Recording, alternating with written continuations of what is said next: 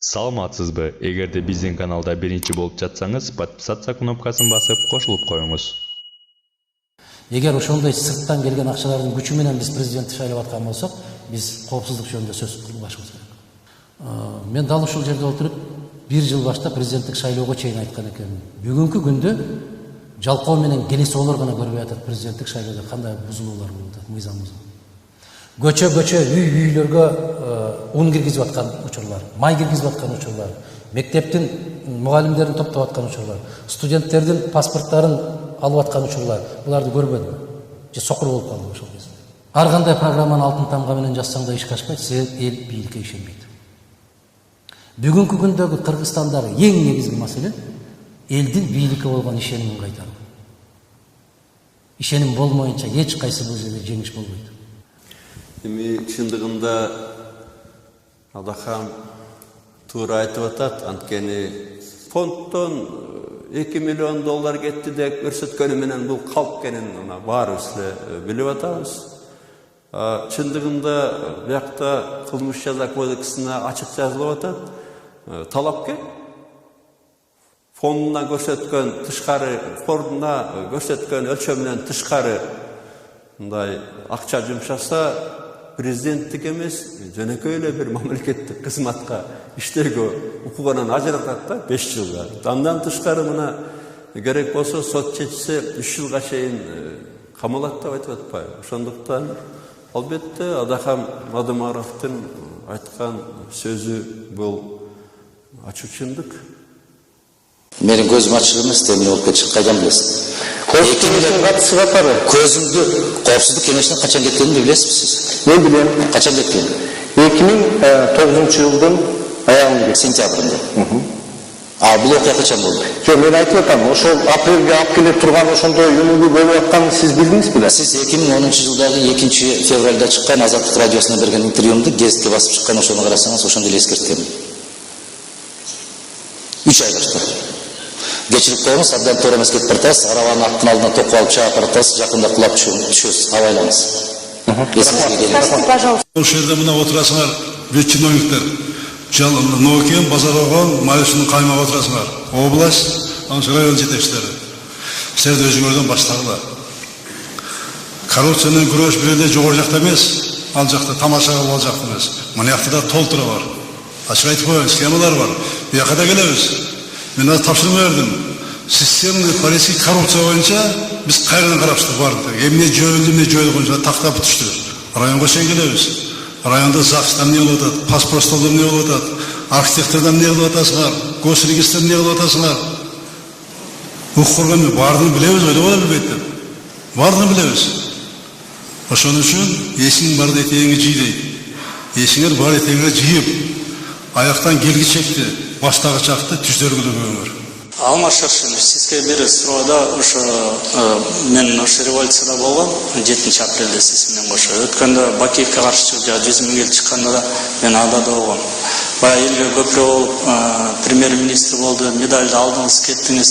Анан азыркы кубалында тиги Жылдыз Жолдошованын дискинде төсөлөрүн күнөөңөр бар тасталып турат да революционный комитет. Анан ушул выборго кандай моралдык укуңар бар деген суроолор туулуп жатат. Ошо 14 адам ошонун ичинде сиз болуп атасыз. Азыркы күндө сизге объединяться эткен жанагы өзүңүз ошо урушуп чабышкансыз, ошол убакта канча деген акчаны распил болгон. Аябай чоң чатак иштер болуп атат ошо тегерегинде. Сиздин тегереңизге азыр бүт ошо адамдар кайра чогулду. Кантип ушу өкмөт билим ара алып кете аласыз? 2 суроо ушундай. Рахмат. Эми биринчиден туура ошондой дискета бар, таратылып атат. Азыр деле Жылдыз Жолдошова убагында парламенттен дагы ушу көрсөтүлгөн Атамбаев, Кадыров, Текебаев менен үчөө чогулуп туруп Кыргызстанды кантип бөлүп жарабыз деген бир ушундай монтаждалган кассет экен. Ал үчүн Жылдыз Жолдошова өзү менден кечирим сураган, фальшивка экен деп, анткени экспертиза болгон да. Экинчисинен тегерегинде азыр ким чогултат десиңер, мен минтип айтарлам. Азыр менин максатым мына Кыргызстандагы саясий күчтүн баарын топтош. Ошондуктан таң калбаш керек. Мисалы, ошол эле Жалал-Абадты алсак, мурунтан бери революционер болуп жүргөндөр дагы бар. Топчубек Тургунаевке окшогон. ошол эле Молда Муса Канганчиев бар колдоп жүрөт, ошол эле Жусуп Жээнбеков жүрөт. Менин азыр максатым ак жол, көк жол дебей, Акаевчи, Бакиевчи дебей баарын чогултуш. Кыргыз элин баарын бириктириш. Менин максатым ушул. Эч кимди бөлбөй. Коррупция менен күрөшүүнүн деле кереги жок. Коррупция бул жана жети баштуу желмооз эмес. Коррупциянын башы бийлик. Эгерде жетекчиң ушундай зыркыраттып кармап койгон болсо, коррупция бир заматта муну өлөт. Өзүнөн өзү өлөт. Мисалы мен жетекчи болуп калсам, каржы министрине, губернаторго же болбосо райондун акимине мынау кызарып турган конституциядан эмес. 1,5 жылдан бери келаткан кыйшаюусуз келаткан ыйман мыйзамы менен. Ыйман мыйзамы менен жазалай турган болсо, бир суткада өзгөрөт. Өзү негизи коркоо бербейбиз. Абдан коркоо бербейбиз. Ошол 3-4 кишини аяосуз жазалап туруп элге көрсөтүп койгонундан кийин ушундай бир ирекке келет. Абдан катуу ирекке келет. Жылтырап жүргөн кийимдерин да кие албай калышат. Ишенесизби ошого? Ишен. Мен эгерде көкүрөгүмдө ошондой ишеним болбогондо мен бул күрөшкө чыкпайт элем. Менде ошондой ишеним бар. Кийген кийимиңе, же болбосо ичкен тамагыңа, жашаган үйүңө, минген машинаңа карабай, адамдын адамдыгына карай турган күн келер экен деп. Ошого келебиз, эртеге кечпи. Мына миңдеген аксакалдар үйлөрүндө отуруп алып, айыл апалар үйлөрүндө отуруп алып, жалматпай, жалбырабатпай, бизге ушундай бир адилеттүү, бизге бир таза бир бийлик келсе экен деп, жалбырап дуа кылып атат. Бирок дуа кылбай эле барып чайга чакырсаңар кетип калып атат да ошо. Ошонун дуалары кабыл болбой калып атат. Эмне үчүн бүгүнкү депутаттардын баары дудук болуп отурушат? Байланган жерден байланган да баары. Буйрук берди. 2 күндүн ичинде эски президентке таап чыктылар. 2 күндө таап чыга албайт. 6 жылдык өмүрдү тескеш үчүн, караш үчүн көптөгөн убакыт керек. Аябай көп убакыт керек да. Мына караңызчы. Кекенбеге барын калтырып мени чорнуларда коюп каралар кап кеткен. Жөнөкөй түрмөгө. Камералаштарга рахмат, мени баары бир сыйлап жаткызып 10 киши болчубуз.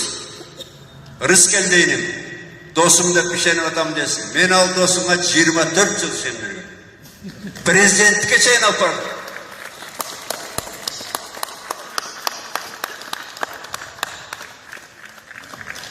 Саунаға барсам, ресторанға барсам, меричте болчумун аркама.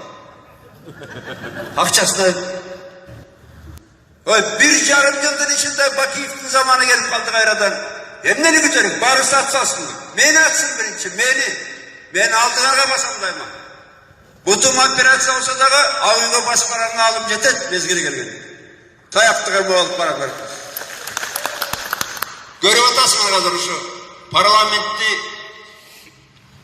ким башкарат? Албетте мына бул жерде отурган депутатка окшогондор эр жүрөктөрү бар. Бирок бир тобу чимкирик да. Чимкирик десем тагына. Ой, бир баракка каршы жасалбаган бир депутат мага акыл үйрөтүп туял. Уя. Чимкириңерди көтөрүп алып, анан үйрөткүлө мага. Сизде ушундай биригүү жөнүндө кепилдик болуп атат, Мадумаров сыяктуу бийликтеги күчтөр менен биригесизби? Эми биз менен биригебиз деген ар бир адамга сүйүнөбүз. Өзгөчө мына жарандык коомду айтып калдың. Албетте мен алардын жазган сөздөрүн огуп алып, разы болуп атам. Ошол эле Азиза Абдурасуловага рахмат айтар элем. Менден бир билгестик, менден бир күнөө кетсе кечирип койсун. Албетте ошондой адамдар барган сайын, күн сайын көбөйүп атат. Мен баарына разымын, биздин партия разы. Башкаларга да суроо бердиресиң мени. Мен Атамбаевдин берген интервьюсу боюнча баягы кечиккен махабат деген түшүнүктөр барбы? Бул кечиккен өкүнүч деп айтам. Өтө кечиккен өкүнүч. Кээ бир жерлерин туура айтып атат, бирок туура айткан жерлерин ошо 6 жыл 1 жыл премьер-министр, 1,5 жыл премьер-министр, 6 жыл президент, демек 7,5 жыл. Жалпы жолынан 7,5 жыл бийликте олтурганда ошол нерселердин баарын жасап коюш керек. Айтылбады беле, айтылды. Мына башкаларды айтпайын, Мадумаровдун айткан ар бир сөзүн кайталады негизинен. Саясий куугунтук боюнча да. Мына азыр менин командамды соту жок, оту жок, камап койду деп атпайбы? Ал нерсе болуп келген. Мына азыр көптөгөн суроолорго жооп берилбей атат деп атпайбы? Ал кезде да жооп берилген эмес. Мен дагы кезинде өзүм колум менен жазып, баягы 10-жылкы шайлоодо, 11-жылкы шайлоодо, кечээки 15-жылкы шайлоодо ар бир мыйзам бузууларды дискке көчүрүп туруп, диски менен кошо бергенбиз. Мына Сапат Исаковдун жеке өзүнүн колуна берген ичинде диск бар. Кыргызстанда аябай мыйзам бузуулар боюнча фактылар менен. Бирок теч деген сөз жооп берген жок. Туура деп айтты. Таластыктар элемес, нарындыктар койсуңар деди. Эми тойлар. Манас атабыз дейт. Манас атабыз, о Кагылайын кыргыз, Манас атабыз өлөр алдында Калиге апабызды кыргыздардан, таластыктардан Ташкентке качырды дейт. Тарыхта бар ушундай. Ташкентке качырды. Ак деп айтам, көктү деп айтам, бетиңер келе айтып коеюн, нарындыктар койсуңар деди. Мен илгери орустар бараны десе тарынчы элем. Азыр эми шеф айтып аткандан кийин кой экенбиз да. Мен ойлоп калдым, анда биз кой болсок анда ал өзү чабан болуп калат да. Эгер ал чабан болсо анда депутаттар сакмалчы го.